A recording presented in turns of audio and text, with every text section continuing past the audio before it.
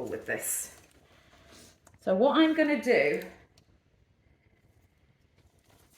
I'm just going to open and just give you a bit of a clean so I can see what I'm doing. I know it's bright light.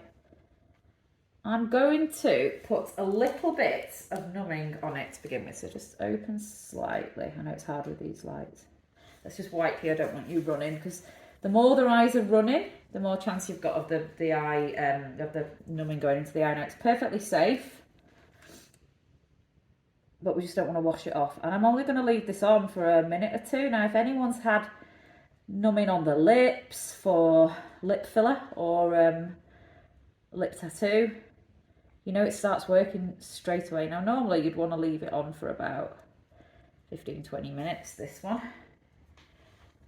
But even just, if we were to leave it on for 15-20 minutes, it'd just wash off. It'd just run off. So what I'm going to do is just hold the eye like that.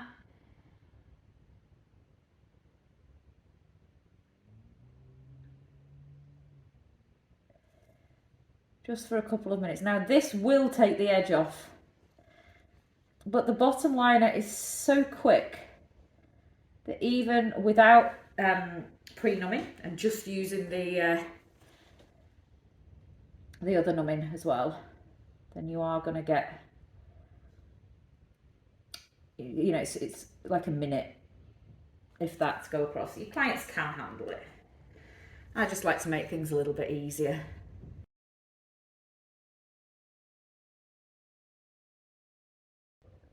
And even if it's just numbing the outer layer of the skin a little, just to make it a little easier, it's still worth it. So just try not to let it get in the eye too much. And that's probably just enough to just take the edge off. So I generally always use a 3RL on this, generally. Some people try to do it with the eyes open, but I just don't think that that's particularly safe.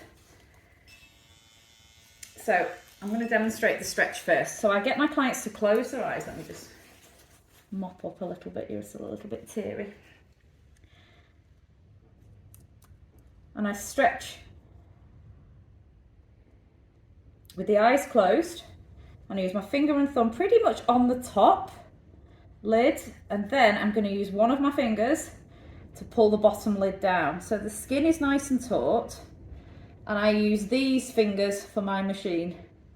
So there and there and there. Eyes closed, so your needle's away from the eye.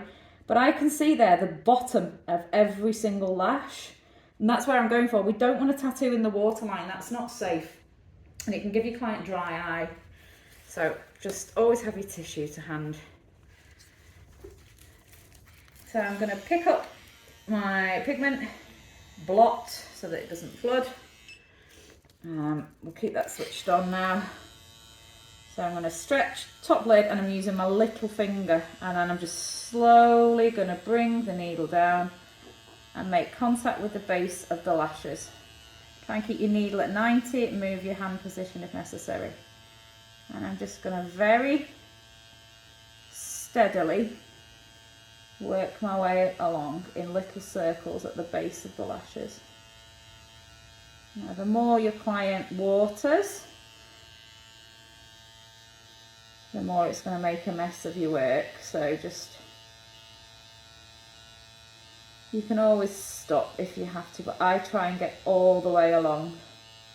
If you've got a non-watery client, this sometimes sort of dries there, and you can keep it out of the eyes. I'm just going to adjust my,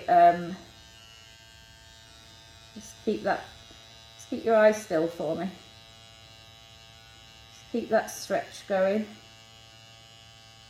Keep your needle at 90 and work all the way along. Just little circles, because all we care about on this one really is opening the skin, but we might as well be getting some pigment in as well. Just open for me. You're a waterer today, you really are. It's good to show it like this though, because a lot of people, they just don't flinch at all on the bottom. But actually it's easier to, you know, it's better to show what can happen for you. So if you just open your eyes for me so I can wipe it. So you can see already we've got pigment in there, so that is going to be open. So I'm going to pick up my a little I'll do it with a small Q-tip. And I'm actually going to make sure, by stretching the eyes, that I'm actually putting this right in. So I'm going all the way along. And this second pass now, I'm going to roll that in, it's going to be much easier. So I'm just going to leave it. So our eyes are closed. All right, yeah, I'm stretching them a little bit. But you can already see there is pigment in there, just from that one pass. So I actually find the bottom line easy to do in sometimes 2. Often 3, maybe 4, but generally I don't do more than that. And I try and get it done in as few as possible. So this second pass, just making sure that this gets all the way in. This second pass, I'm going to do it slower. So I'm going to focus on just packing as much pigment in as I can.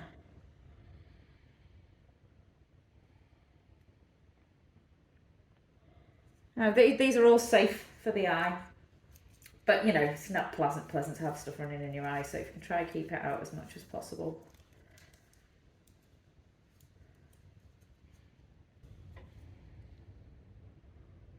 And then I'm just going to wipe that off carefully. Because I think even having someone wipe your eyes is weird. And I'm just going to go and dab very gently around the area just to keep it dry, so I've got a good grip. So I'm going to lift just slightly like that. So the area is nice and dry. So I'm going to pick up my pigment and turn my machine off, wipe the casing so that it doesn't splash as much. And then I'm going to switch on and just dab the first lot out so it doesn't flood. So top and bottom, and then slowly bring my needle. Keep your eyes on the needle at all times because it's really close to your own finger and it's obviously close to your client's eye. Turn slightly to me, that's great. Oh gosh, it does sound like we're going to be taking off. Right there. So I'm doing nice tight circles and I can see the base of the lashes and that's exactly where I want to be.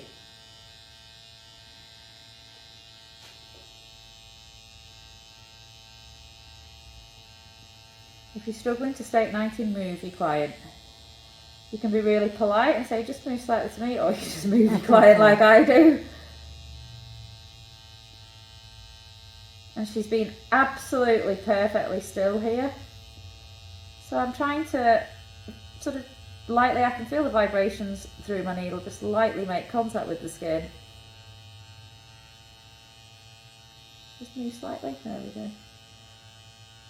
I want to just fade that out. You must stop 5mm from the end because that's the danger zone. Right, I'm going to try and just catch that before it all goes in the eye. Then it won't smudge everywhere because otherwise it look like an extra from a horror film and they get black eyes, which is fine, but it just doesn't look, you know, it's not nice for your client.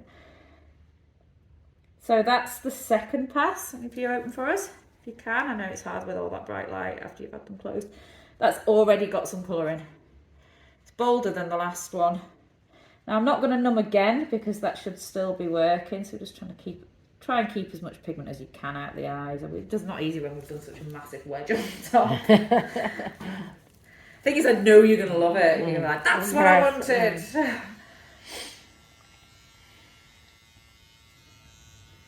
my third pass, pick up the pigment. Blot it. It just stops it flooding, and when it floods you just can't see what you're doing as much. Machine on, finger and thumb, and then little finger stretch, then just slowly bring your needle down.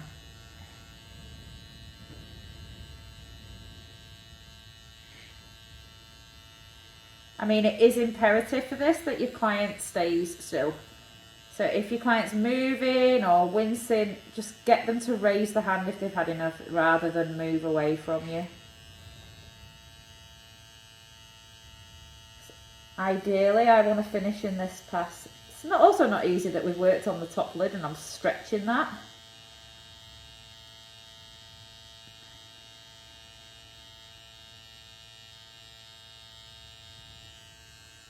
So I'm just going to move my stretch along. Aim for the lower lashes, at the base of them. So I'm fighting with my client because naturally your eye wants to shut. There's nothing you can do about that. You know, your eye's going, hang on, there's somebody doing something to me. I'll naturally shut. So I'm just moving my stretch further along, changing my angle, making sure I stay at 90. She's going to be a bit teary on this one. But let's just get it done. Moving my stretch along.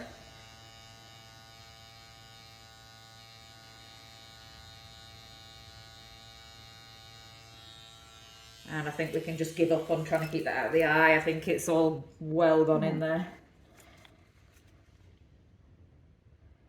Let's just give you a wipe. And you can see how much bolder that is already. 3 little passes. Good stretch. I think I can see a little bit where it's just slightly less, just on that, where about a third of the way along. Just open for me. But you can already see that that's a really nice, neat bottom line. So I'm just gonna fill in on that little bit. If your hands slip, so there we go, stretch, lower, slowly. If your hands slip, dry your client. It's usually because they're watery.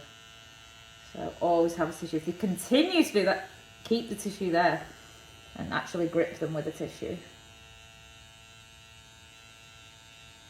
I'm just going to make this outside bit a little bit darker. It's this bit here.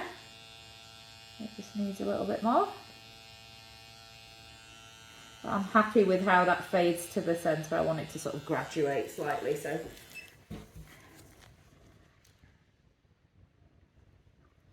and there it is. And trust me, when I give you a full clean, you're going to be amazed at that.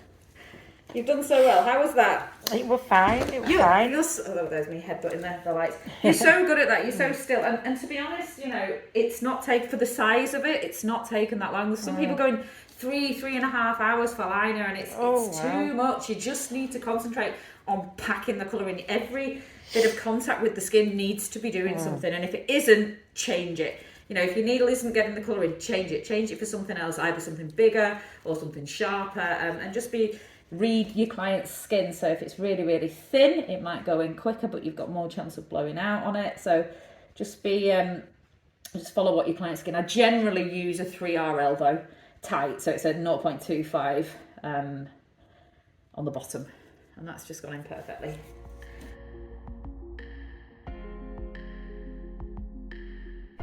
I hope you found this demonstration helpful. As ever, I welcome all your comments and questions. Please like this video and subscribe. I have a permanent makeup Facebook support group where you can connect with me for further help. The link is in the description. If you'd like to see more examples of different styles of eyeliner, then click this video. If you're wanting some more assistance reducing your permanent eyeliner mistakes, then this video is for you. Thanks for watching, and I'll see you next time.